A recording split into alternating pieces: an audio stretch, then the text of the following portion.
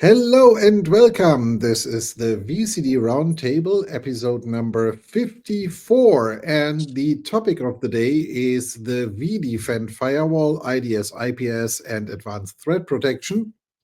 And let me quickly cover why we thought this topic is top of the agenda again, not only because this is quite an interesting additional service which can be offered by service providers, but also due to the latest changes in the licensing scenarios with usage meter 9 and the changes in the license guide. It's now finally possible that we can actually license the firewall features on an overage scenario as well. So you are no longer bound to actually make a 3-year commit if you want to use the firewall features potentially to test it out with a customer or something else. But Sasha is going to cover that for a bit, and Matthias is going to tell us a bit more about use cases and everything else for the vDefend firewall, distributed firewalls, gateways, and whatsoever else. So let me throw the ball over to Matthias first, who can then throw it to Sasha for the licensing piece, and then Matthias can give us the tech dive. Yeah, as always, I just try to take a sip and then I have to talk. It's always the same. Hello, welcome from my side. I'm looking forward to this more technical session again.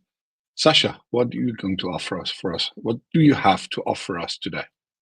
Yes, nice to meet you here. I think it's important that we talk a bit about all of that stuff from a license perspective. What does it mean? What options we now have also with the changes, how we can license vDefend. So yeah, happy to share this information with you.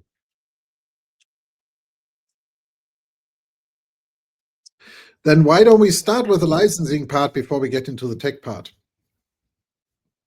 Yeah, let's do it. So Eve told us there were the changes. And we can license now as a service provider vDefend as an overage. So that's very important for us. So that means with changes usage meter 9 and Tuesday, 2 weeks ago, there come the announcement that on-demand is now available for all vDefend products. And what does it mean for us? So there are still some open questions, to be fair. So we got this information that only 200% of license keys can be generated. So does that also mean that a service provider who don't use vDefend, that he can use vDefend on demand? Currently, nobody knows, but let's see. But you are also able to say, hey, I want to activate or license vDefend on host base. That helps us a lot now because you as a service providers don't need to start to say, hey, I need to license my complete cluster or create a dedicated cluster for vDefend with advanced threat protection or whatever. And that is very beneficial for you because you can now say, hey, I do or create a rule that vDefend only or redefend feature runs only on virtual machines on host 1, 2, 3. And the other hosts don't need to be licensed for vDefend. So that will help us a lot.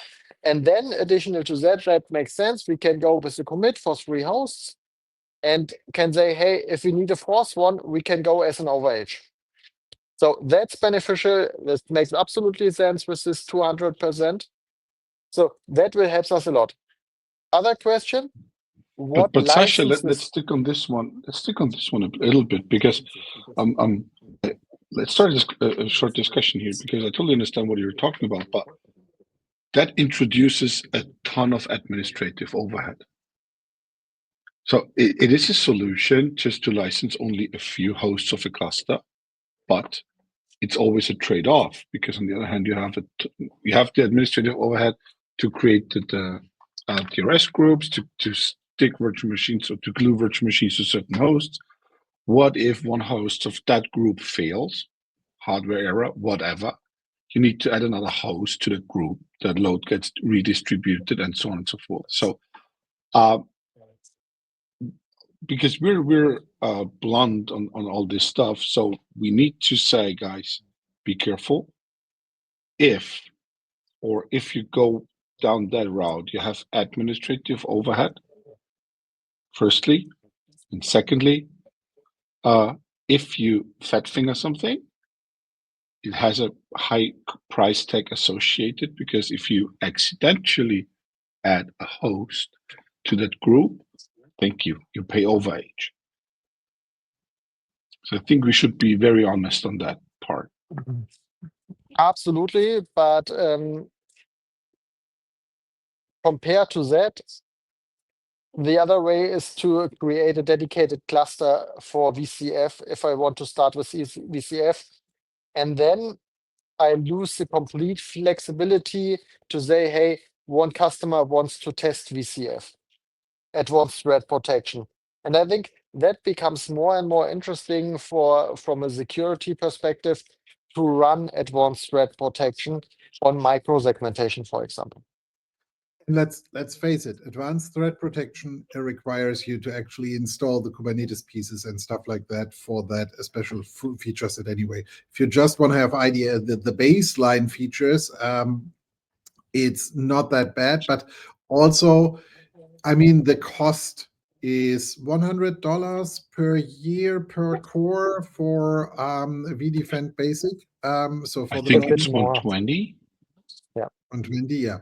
So we are talking about $10 per core. So even if by mistake you put in a host and you would not actually put that in by 120 divided by 12 is 10. That's easy. Why 12? But let's do not start math here. Why Because 12? there is 12 months in a year.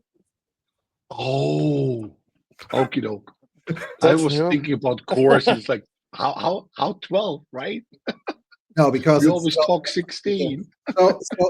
so it would be per core a total cost of $10 per month, and typically you don't turn on the host at the first of the month at 0 or at 001 or something like that. I think the overall, yes, if you make the mistake, it's not going to be that bad. Because it's not like you turn on a feature like by mistake an AVI load balancer. That's a totally different piece. I Absolutely. agree, but it's not $10 a month if it's $10 times at least 16. Yeah, that's Because $160. It's Yeah, but to be fair, so we have all the operation stuff now included, and it's an easy one for a service provider to create an alert if I'm using more licenses than expected. Guys, for me, it's an open discussion, because honestly, I don't get why should I not license vDefend? Because I still consider vDefend being a base feature. And as Yves mentioned, we're not talking a big amount of money here. So as a CSP, I should at least license one cluster with vDefend. And if I have only a single cluster, I'm not that large anymore.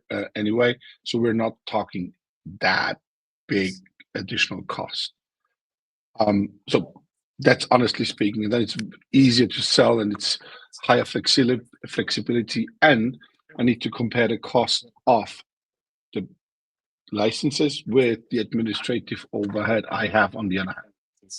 Yeah, the challenge is, I think, and that's what we got out of the meetings with most of the service providers, that they say, hey, I want to start with vDefend, but I can only start with 1, 2, 3 customers and then migrate more and more customers to vDefend. That doesn't start with day one. And that's a challenge for the service providers currently, to say, hey, I need to license my complete cluster in day one.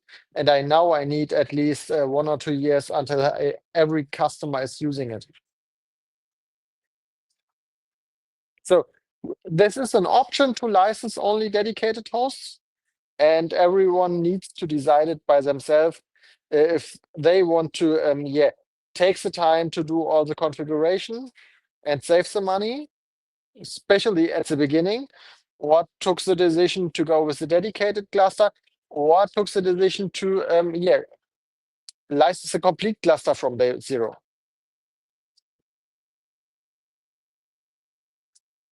But Matthias, maybe you can tell us a bit more about the features and what we can do with advanced threat protection, with microsegmentation, and why this is important. But why ATP? Let's start basic with microsegmentation. There's not always the need to have ATP on top. So with microsegmentation, you enable a more secure infrastructure also to protect workloads from each other within a single tenant. I think that's the most overseen feature what microsegmentation introduces to your infrastructure. Most people think like, oh, I have to protect my environment against threats from the internet or from the bad guys sitting somewhere. But honestly, most of the attacks are from inside, so internally, because someone clicks a link in an email or whatever. And then the big question is, how fast is a threat able to spread itself within the infrastructure? And that's where the whole microsegmentation kicks in, because if you protect workloads even within a single layer 2 subnet, the spread rate is a lot slower compared to no protection within the own environment. I think that's one of the most important features the whole vDefend DFW brings to the table. The vDefend, of course, the other part is the gateway firewall, but I consider this one being like a perimeter, as we have always treated a firewall sitting at the border of our environment. Right? It's an additional firewall sitting behind a physical firewalling device, because I still have my opinion. I'm not moving a micrometer off.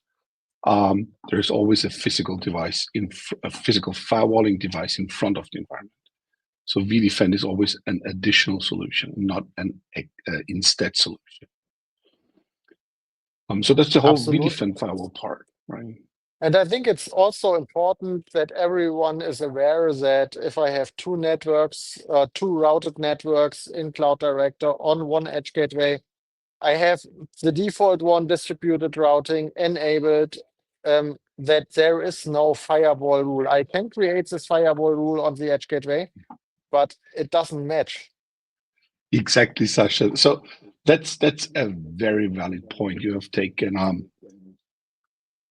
If a tenant creates, as you said, two router or multiple router networks within a single tenant, they assume the gateway protects those networks from each other, but it doesn't.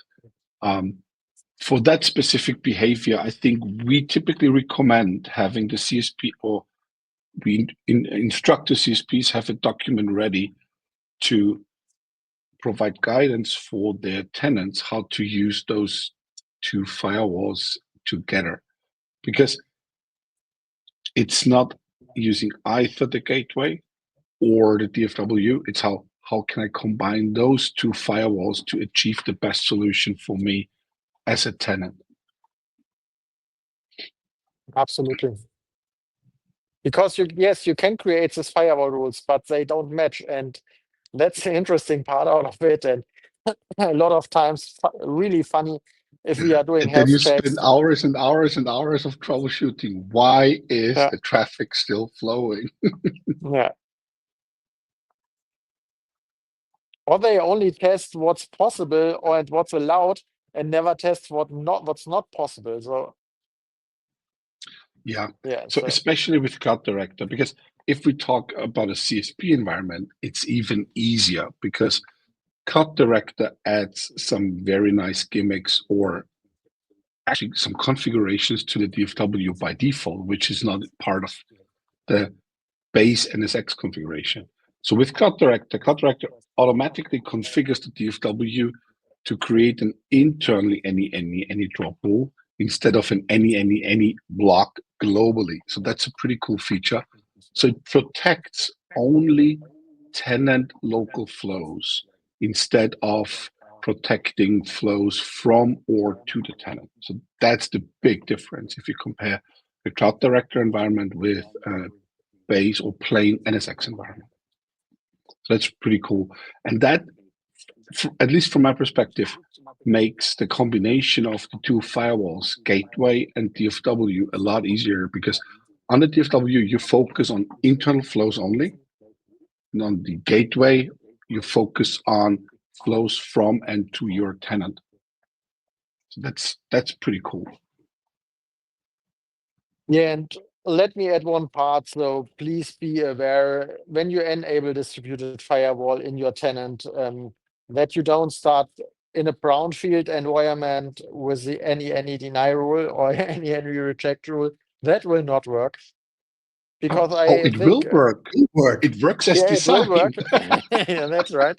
And to dramatically reduce unwanted traffic, but also a lot of traffic. But I think from a business perspective of the customers, it will not work. So yeah, but you know what I mean, and Yeah. I think we need to mention it. Yeah. So what you forgot to mention, that's another unbelievable cool feature we have with VCF, because VCF contains the whole ARIA suite, which implies we have ARIA operations for log. And if you configure ARIA operations for log being the syslog receiver for the vSphere part of VCF and the NSX part of VCF and all the gateways, you have the ability to feedback the tenant-specific firewall logs into the Cloud Director UI. So that enables a tenant to troubleshoot their own firewall rule set. That's amazing. But there was one point, or there is one point with the IP addresses. If you have overlapping IP ranges, is this fixed?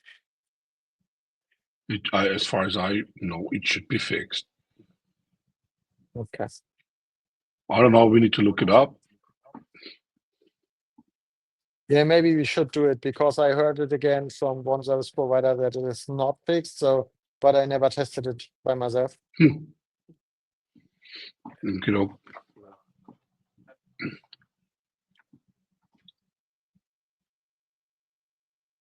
Let's move over to IDS IPS. I was just about to say.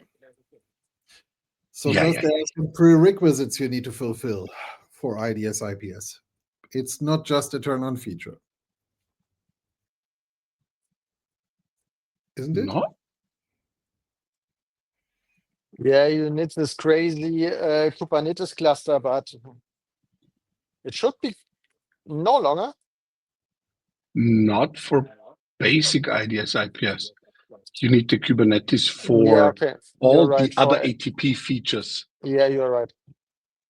So IDS IPS, so ATP contains 4 features as far as I have out of my head. One is IDS IPS. There is the more web protection. Yes. The help me out. It's more web protection, more web prevention. It's the whole visualization thingy, the flow visualization and that part. And there's a 4th feature. IDS IPS is the only feature of ATP which is not dependent on the Kubernetes part. Yeah, that's right. But Eve is right somehow because the big thing with IDS IPS from a CSP standpoint of view is it's not a self-service feature. It still is not. It can only be consumed as a managed service. But the amazing thing is if you think about gateway IDS IPS, it can be enabled on a per T1 base. So I can enable it only for a single tenant. But a T1 runs on an edge gateway, and the edge gateway needs to be licensed for IDS IPS. That's the ATP license. Or if you're aiming for the distributed IDS IPS implementation, you need to license all the hosts with ATP. But Sasha, can you license ATP also, as you've mentioned, for the vDefend Firewall on a dedicated host perspective in a single cluster, or do you need to license the whole cluster with ATP? No, that's the same rule like vDefend. Okay, that cool. applies to every vDefend. So that's important to know, because and if for I run IDS it, IP, sorry, if I run it on a gateway, can also run the vDefend advanced threat protection licenses on the same regulations like we have it for normal gateway firewalls. Yeah, cool. So the only thing what we need to be aware of is with IDS IPS, deploy at least extra large edge transport nodes. Otherwise, you might have issues with the throughput. Yes. Speaking of IDS IPS, there is another very important prerequisite, and this is internet connection of the NSX managers. Because they need to download all the patterns, and those are downloaded from a cloud service. So the NSX manager needs to have internet access. A proxy can be configured, and Broadcom provides a proper documentation which URLs need to be allowed to access. If you're not able to provide an internet connectivity, I think you can do a air-gapped installation as well, but then you need to ship all the patterns and all the stuff you need manually via USB stick or whatever. Yeah. And I think with IDS IPS, it's an amazing feature, especially the distributed implementation, because you can, again, filter the traffic internally, so that the different flows you have between the stages of an application or the layers of an application. But always keep in mind, do not try to filter every traffic you find in your infrastructure with IDS IPS. That's just consuming so many CPU cycles, so you will barely run any workloads anymore because of just traffic filtering. So before doing IDS IPS, build a proper design, think about which traffic flows to analyze, and configure the redirection rules accordingly. Yes, redirection rules. So you redirect certain traffic flows to the IDS IPS analysis. But that's the same like on the on the physical firewalls. So you're not able to run every traffic through the IDS IPS filters. You can do it in small environments. Throughput will suffer. Yeah, and the memory and CPU will also go higher and higher, and then there will be a stop. Yeah, but that's again a very important thing, and that's also good that IDS IPS can only be consumed as a managed service, because the CSP has a perfect overview how much CPU is left, how much throughput is an edge transport node still able to handle if we talk about gateway IDS IP. Especially in shared environments. So there's a lot of stuff to consider, not only licensing, also infrastructure. Yeah, but that's like with every other product. So you need to have a proper design before you start with the implementation. So you have the right size of edge nodes rolled out, designed which firewall rules make sense to be routed over IDS IPS. Yeah.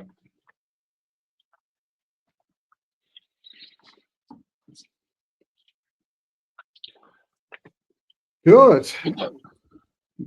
So I think when we sum it all up, so on one end we have the licensing changes which make it easier to play around with it or try it out or deploy it at the customer or for individual customers. We have the uncertainty that it's unclear how to deal with that for customers where we have or for service providers who don't have any customer commit for NSX so far, or for vDefend so far, because NSX is always included. It's just the vDefend part which you need to license specifically. So that is still outstanding. Maybe we get some answers on that in the upcoming weeks. But I think there is a huge opportunity not only from additional features which we have in the system, but also how to actually charge customers for that. And as we discussed last week on the Service Provider Summit as well, is like the importance for service providers to provide additional services you can charge for. So not only technology services, but also manual, like consulting, architecture, etc. services you can charge for is becoming more and more important, because the other thing which happened due to the Broadcom change that everybody has now the same license package, more or less, except for the add-ons, is that the space for VCSPs or for VMware cloud service providers, to take it the long route, has become more competitive, because it's much easier to compare. Before, customers is like, oh, I have feature ABC included with this provider, I don't have it with that one. That is actually far more leveled, so that is going to be quite interesting. So I think overall, it's definitely something service providers should look into. It's definitely something which can open the market for additional features. And potentially from a lot of the other add-ons, it's the one which is the easiest for service providers to monetize. So that being to be said, fair, yeah, go on. Mm. Yeah. So what I want to mention additional to that is with the end of life of Cloud Director and all of this information, so we will not expect that we will get new features out of Cloud Director in the next 1 to 3 years until end of life. But your customers will expect that you have new features in your products or in your offer as a service provider. And I think now we need to take a look what products are included now, what can we use, and then offer this product to your customers to show your customers, hey, we are still working, we have still more products available for you. I think that's an important part. Nice closing word, I would say. Matthias, anything to add? Yeah, come up with proper product and packaging, sell it. It's easy to sell, easy to use, easy to consume. Good. So I would say thank you all for listening in today's episode of our VCD Roundtable number 54. 55 is going to come out in approximately 2 weeks. That is going to be from Palo Alto, I think, Sasha. Yes. As far as my head actually is correct. So maybe we have some fantastic news from the VMware mothership and can share them with you. Hopefully we get something. And yeah, that being said, thank you all for watching live today. As always, if you watch us live, which is typically recorded every second Thursday, you can always throw in some questions. Otherwise, thank you for listening to us on all the usual podcast platforms, and hope to see you, hear you again soon. Goodbye. Perfect. Bye.